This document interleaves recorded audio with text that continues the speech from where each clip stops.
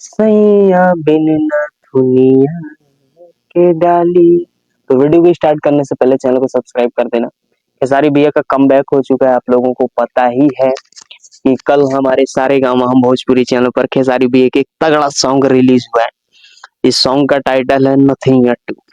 भाई जितना हम लोगों ने सोचा था उससे कई गुना बेटर वो गाना। मुझे पहले वाले गाने से नथुनिया टू गाना बहुत ही प्यारा लगा है गाइस। और बड़ी खुशी की बात तो ये है दोस्तों कि 2 दिन के अंदर भाई 6 मिलियन व्यूज, 6 मिलियन क्रॉस हो चुका है। और तो और 2 नंबर पर ट्रेंड भी कर रहा है।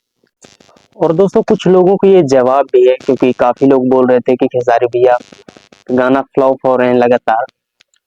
और खेसारी भैया का कमबैक भी हो चुका है गाइस इसी गाने से, सारेगामा हम भोजपुरी चैनल से। काफी अच्छा तगड़ा एकदम भौकाल मचा के रख दिए। कुछ लोग तो बोल रहे हैं कि आग लगा दी। सब रहेंगे पेंडिंग में, लेकिन अपना भैया रहेगा ट्रेंडिंग में। भाई ये बहुत ही खतरनाक गाना है।